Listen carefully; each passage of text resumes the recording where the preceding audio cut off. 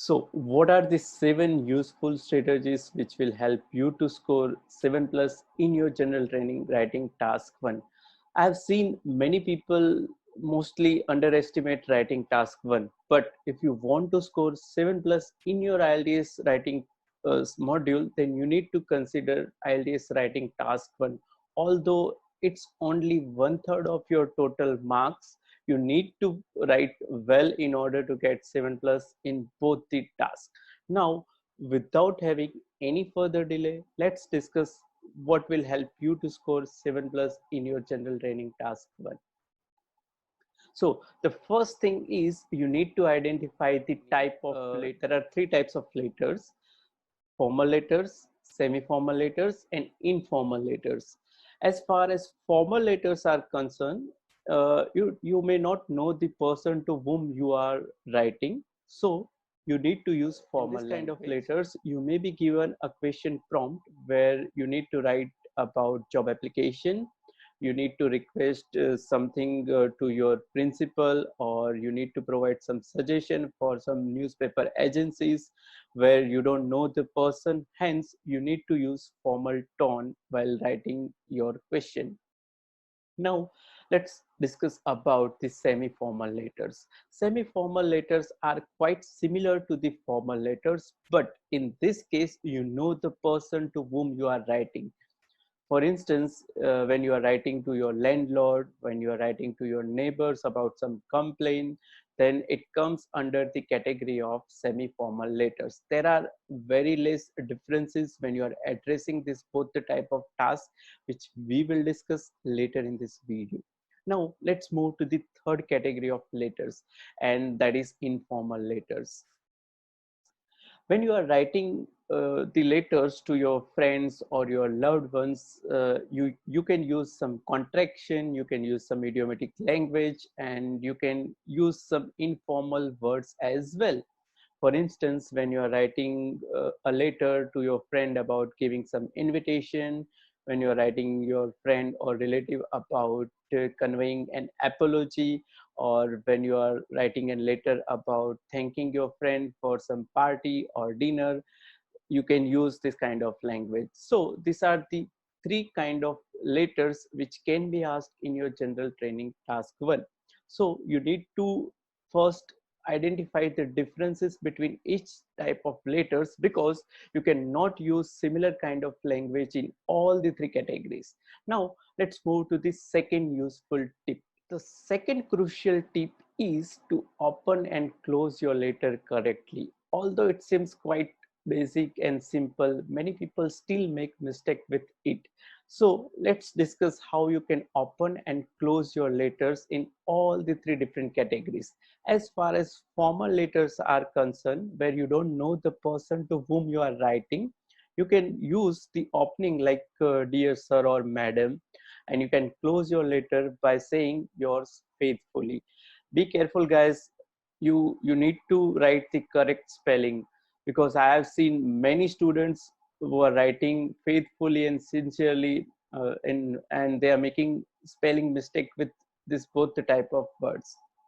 So be careful while writing this spellings.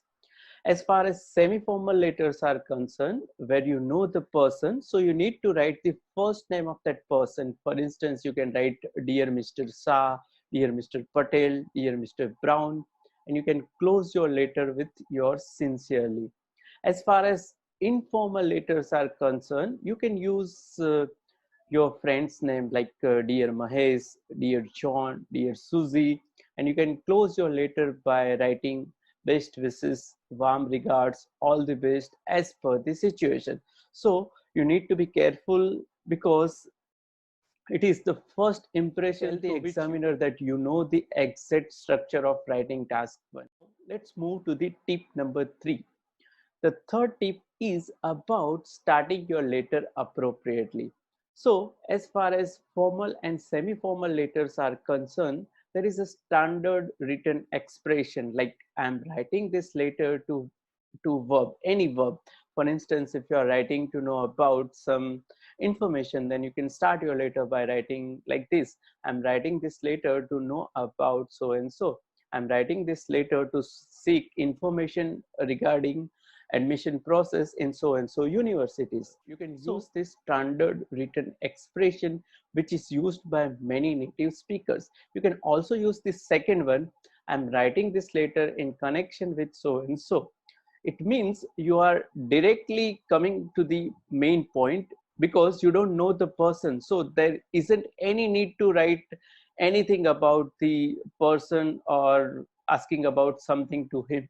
Whereas in case of informal letters where you know the person very well, you can start by uh, writing like this: how are you, hope you are in the pink of health, how have you been, it's been ages since we last met. So it means you need something to start your letter in case of informal letters, whereas for formal and semi-formal letters you need to directly jump to the main point. Now let's talk about the tip number 4, which is about using standard written expression. As we previously discussed in our former tip that we need to use some standard written expression which are being used by native speakers and those who use English as their main mode of communication. So there are some phrases which you can use in formal and semi-formal and informal letters through which you can convey your direct meaning. For instance, you can use this kind of phrases like my sincere apologies for delaying the submission. I would be grateful if you could provide this information so that I can submit my documents on time. It means you are using the formal language in formal and semi-formal letters. As far as informal letters are concerned, you can use this kind of contraction like, I'm very sorry to say that because of my work commitment, I won't be able to attend your birthday party.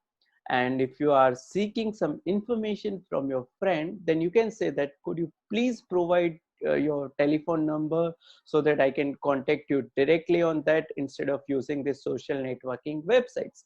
So this is all about using some standard written expression. And if you know this kind of phrases, then it would be easy for you to utilize your time well, because in writing section we generally give more time to our writing task too. So if you know this kind of phrases, then it would be easy for you to complete your task. Let's discuss about the tip number 5, which is the most crucial, and it is about understanding the marking criterias. There are 4 marking criterias which one should understand before attending writing task, because without basic understanding of these criterias you may not be able to score 7 in your writing section. So what are these criterias? There are 4 criterias: task achievement, cohesion and coherence, lexical resource, and grammatical range and accuracy. Let's discuss each criteria in bit more detail. The first scoring criteria, and it is the task achievement. What comes under this criteria? Firstly, you need to write 150 words. If you write less than 150 words, then you would be penalized and it would be difficult for you to score 7 plus in your writing task 1. The second thing is you need to address all the 3 bullet points. You need to develop logical ideas in order to address the task fully. The third thing is you need to present a clear purpose throughout writing task 1 so that it would be easy for you to score 7 or above in your writing task 1. So you need to be careful. You shouldn't write less than 150 words and you have to address all the 3 bullet points in order to develop your writing task. About the second writing scoring criteria, and that is cohesion and coherence. What does it mean? It means you need to use proper paragraph. Each paragraph for each bullet point. You need to present ideas which are logical, and you need to use a range of cohesive devices in order to connect with your ideas. So these are various points which you should consider for this particular marking. Now let's talk about the third criteria, which is lexical resources. What does it mean? It means vocabulary. You need to use topic specific vocabulary, and that too naturally. If you are forcing yourself to use some high vocabularies which is not the topic specific, then you might be penalized for using those words. And most importantly, you need to use correct spelling. As I've said earlier that I have seen many letters wherein students make mistake with common spellings that are sincerely inconvenience. So you need to be careful while writing these words, because if you write some incorrect spelling, then you would be penalized for that section. Now, let's talk about the final writing scoring criteria, and that is grammatical range and accuracy. It means you need to use a different type of structure in order to show your flexibility, that you can use n number of grammatical structures. You can use different kind of sentence. You need to be consistent with using some simple and basic grammatical structures and rules. You are not allowed to make any mistake with simple grammatical rules such as articles, prepositions, and subject verb agreements. If you are making mistakes with this kind of structures, then you may not be able to score 7 or above in your writing task 1. Furthermore, you need to use proper punctuation and capitalization in order to boost your chances of scoring 7 plus. So these are various things which you should consider, because understanding writing scoring criteria is of paramount importance in order to score 7 plus. Hence, I have given more time to explain you about this particular useful tip. Now, let's talk about the tip number 6. It is about reading model letters. You need to read some letters which are from the authentic sources like Ielts blog and Ielts Advantage, Ielts List, because they have been teaching Ielts for so many years, ex-IELTS examiners, so they know how to address this kind of task. You cannot rely on some unauthentic sources for reading this kind of letters, because you might be given some false information which could be disastrous for your IELTS test results. So you need to use a different kind of letters, be it apology letter, request letter, informal letters, semi-formal letters, so that you'll come to know about the different kind of phrases and some words which you can use for later writing. Let's talk about the tip number 7, which is about consistent practice and evaluation of your writing work by reliable tutor. It is not only about learning useful strategies, but it's all about implementing those strategies in your writing practice. And you need to get this work evaluated by some authentic and reliable tutors. There are numerous writing correction services like IELTS blog, IELTS Lease, and IELTS Advantage, which are offering writing correction services. Although they are expensive, you can very well rely on them. And if you are aiming for 7 or above in your writing section, then I would advise you to hire some authentic teachers which will guide you in particular direction, and it would be easy for you to score 7 plus in your writing section. This is all about today's video. I hope you have liked this video, and if you do so, then please like, share, and subscribe this channel, and share this channel with those who are preparing for IELTS. So bye for now.